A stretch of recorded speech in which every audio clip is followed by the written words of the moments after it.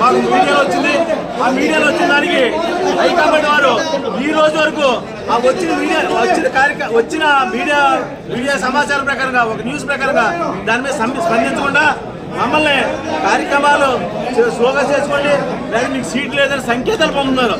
మేము ఈ 5 సంవత్సరాల్లో ఈ 2019లో ఎదురుకానికి తెలిసి ఈ రోజు వరకు మేము ప్రజలు ఉండి ఈ రోజు మేము చేసుకుంటూ ఉంటే ఎక్కడ రాష్ట్రంలో మార్చకుండా ఒక ఉండి నియోజకవర్గంలోనే సిట్టింగ్ ఎమ్మెల్యేలు మారుస్తున్నారు కాబట్టి ఇవాళ కార్యకర్తలు నాయకులు అందరూ మనోవేదన చెంది ఈ రోజు చంద్రబాబు నాయుడు గారి దగ్గరికి వచ్చి మేము ఈ రోజు మేము చెప్పుకుంటూ వచ్చి మా ఆవేదన ఈ రోజు వరకు మాకు క్లారిటీ ఇవ్వట్లేదు.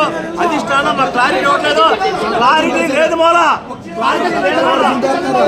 మమ్మల్ని క్లారిటీ లేదు ఈ రోజు మేము చంద్రబాబు నాయుడు మా కుటుంబ పెద్ద అయినా మా పార్టీ ప్రెసిడెంట్ గారికి వచ్చి మేము చెప్పుకుంటూ వచ్చాం. అక్కడ కూడా ఈరోజు చంద్రబాబు నాయుడు గారు మా విన్నపం చెప్పుకుంటూ వచ్చాం. ఇక్కడ కూడా సరైన స్పందన లేదు. ఇది కరెక్ట్ కాదు. రాంబాబు గారికి టికెట్ ఇవ్వని ఎడలా మీరు కోల్పోయే ఉండి సీటు నియోజకవర్గం 175 ఫస్ట్ సీటు కోల్పోతున్నారు. ఉండి గడ్డ ఈ రోజు వరకు 9 ఎలక్షన్ జరిగింది. 8 ఎలక్షన్లు టీడీపీ నెక్కింది. ఈ రోజు మీరు ఏదో చూసుకుని కార్యకర్తల పార్టీకి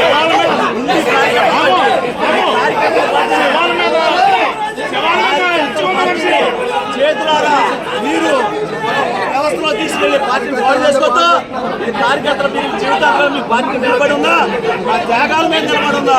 పార్టీ అభిమానం మీద నిలబడి ఉందా? మా ఆస్తులు పోగొట్టు నిలబడి ఉందా? ఈ రోజు మీరు ఆ కార్యక్రమాన్ని పాడు చేద్దని నియోజకవర్గం కాపాడమని ఈ రోజు అందరూ వచ్చి చంద్రబాబు విన్నవించుకున్నాం. మీ అందరూ మీ మీడియా తరఫున విన్నవించుకున్నాం. చంద్రబాబు నాయుడు గారి లోకేష్ గారికి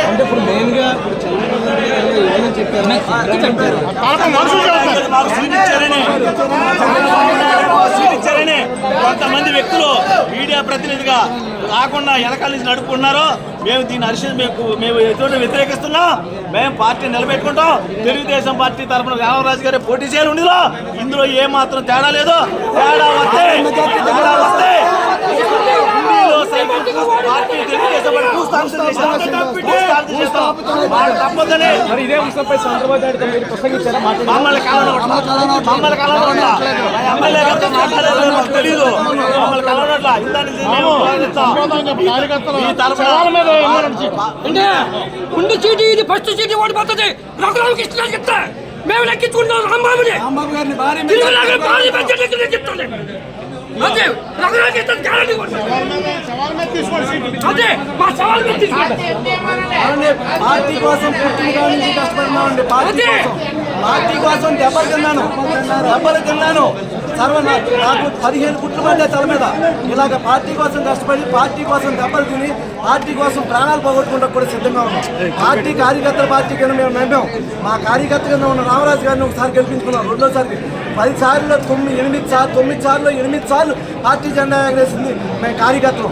ఇవాళ అటువంటి పార్టీకి ఆయన మాట ఇచ్చి మాట తప్పుతారు. మాట తప్పితే మేము పార్టీలోనే చచ్చిపోతాం. మాకు జెండాలు కప్పి ఆయన చూసుకోమనండి.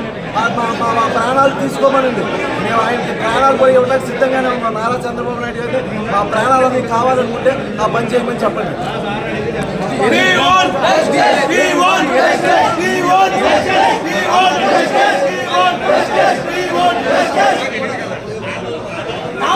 నాయకత్వం